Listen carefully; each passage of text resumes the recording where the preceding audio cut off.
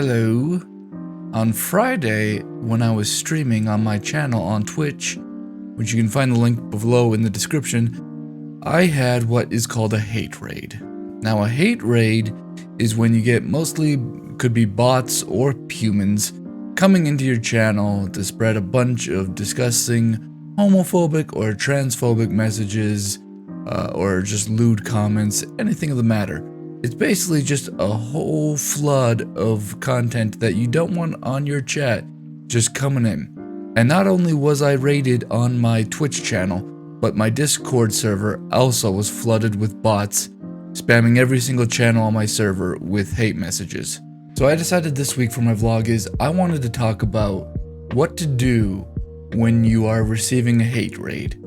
Here are some tips, tricks that I used last Friday, and I think it's really valuable information, especially if you're a new streamer. And because I'm a trans woman, I'm gonna gear this a little bit more towards the trans community because I have seen how much hate can be directed our way, but I think this information is pretty universal.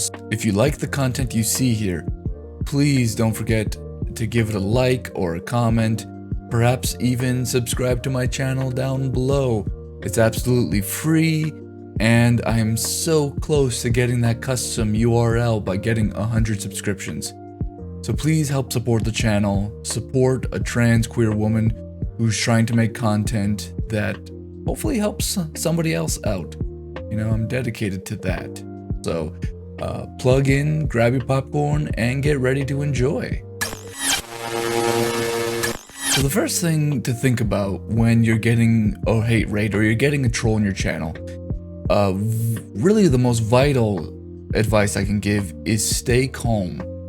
A lot of trolls get a lot of their power from watching a streamer suddenly start panicking and not know what to do. So, when something starts happening in your chat, I want you to just take a breath, remain calm. I know it's going to be hard because your mind is going to start racing 50 miles an hour, but just take a breath. And remember that everything's going to be okay, it's going to be taken care of, and proceed from there. The second most important thing is having a good team of moderators for your chat. Now, I know when you're a really small stream, you're just starting off, your view count might just be a handful of people when you stream. I know it can be difficult to perhaps find mods or even feel that mods are necessary. And you know, maybe for where you're at, mods aren't that necessary. I have seen streamers, very small streamers, receive consistent attacks though. And in one of those cases, I was watching a streamer who she had to give me the mod badge in a mid-hate raid from a troll so I could start banning people. It's unfortunate that that happens. Nobody deserves that. But when it happens, you need to know that you have a team of mods who can help you out. For example, on Friday what had happened is one of my mods messaged me in chat to check my DMs. I quickly did that and she described to me in the DMs what was happening in my Discord server where I was getting a hate raid of bots. Now when that happened, I just quickly took a quick glance at my Discord server, but my mod team was already in the middle of handling it. They were banning bots, they were deleting messages, they were reaching out to other mods, even mods who may not be around as much, and just basically asking for help. So I had a nice team of people going in there and just attacking the problem head on. I went into my Discord settings and I deleted every open invitation to my server that existed. That way, I was cutting off any more room for more bots to enter the Discord server. Now, if something like that had happened to me just by myself, being the only person in charge of my Discord server, it would have been very overwhelming. I may have even had to quit streaming to deal with it. And so, it becomes essential to have a good mod team.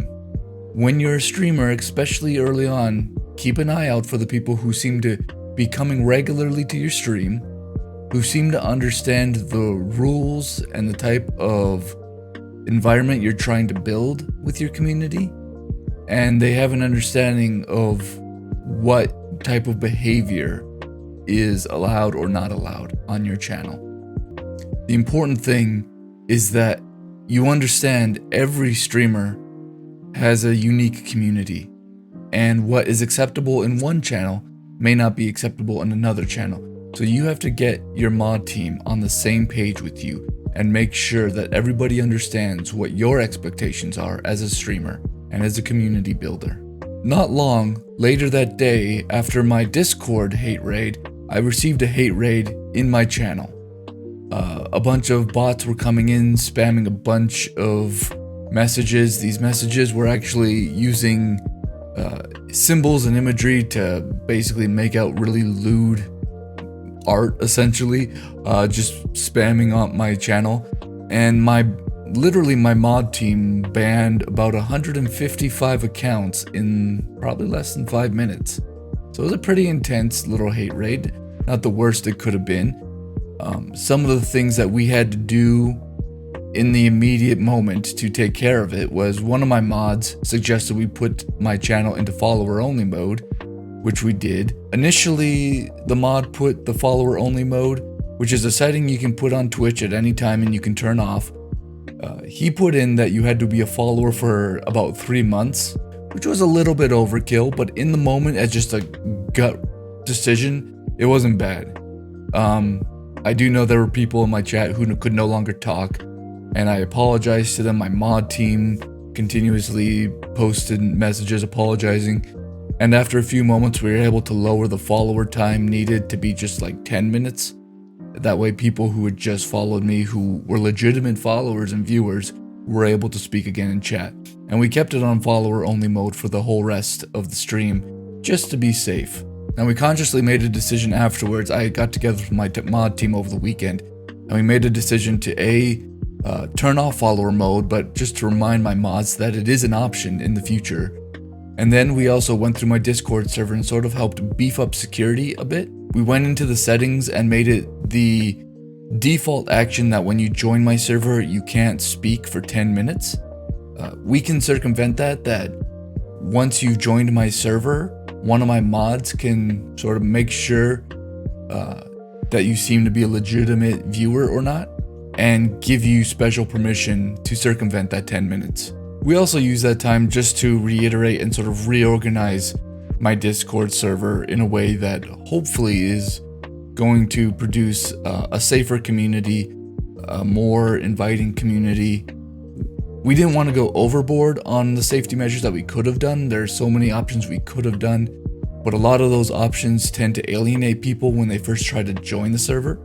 In fact, there's a lot of statistics, like you could make a Discord server where in order to see all of the channels, you have to read the welcome message, you have to read the rules, you have to respond to them, and once you respond to them, then you can click a button and it will give you a role that reveals all the rest of the channels to you. The reason I didn't go with this option is simply because there is proven statistics that this can alienate people. They'll bounce out of the server before ever really giving it a chance, and I just wanted something that was a little more inclusive. So we had to make a hard decision on that balance between being inclusive, letting people in, and also just trying to make sure that my Discord server, just like my Twitch channel, is a safe space for people of all identities to come into. And that was kind of about it. That's the way I handled my situation on Friday. As I said in my video about being a trans streamer, I do go through periods where I don't get trolls very often. It seems like I'm in a time where the trolls are pretty heavy. They keep coming in on a regular basis lately. But I've built the infrastructure with my mod team so that any troll doesn't last long in my channel. Once they post something, it's usually not more than a few seconds before they're banned. So this all really does stem back to, again, making a great team, remembering in the moment to breathe, relax. It's all gonna get taken care of. You just have to remain calm, feel your feet on the ground, stay centered, and know that you have the tools to take care of things. You should familiarize yourself with the tools that Twitch offers, as well as Discord. Maybe you're just starting a Discord server, or maybe you've had a Discord server for a while. It's a pretty standard thing for most Twitch communities now to have a Discord server. If you don't know how to do these things, it's not the most difficult to research. And also, you could again rely on your mod team. After this happened to me on Friday, a couple of my mods took it upon themselves to do the research on doing some of these safety measures on Discord, so that when we met by Sunday, we were able to like discuss it, make decisions about what we wanted or didn't want for my server, and we're able to execute those in a short amount of time. So yeah, that's it. That's the video for this week. If you like the content you see here, please don't forget to give it a like or a comment, perhaps even subscribe to my channel down below. It's absolutely free, and I am so close to getting that custom URL by getting 100 subscriptions. So please help support the channel, support a trans queer woman who's trying to make content that hopefully helps somebody else out.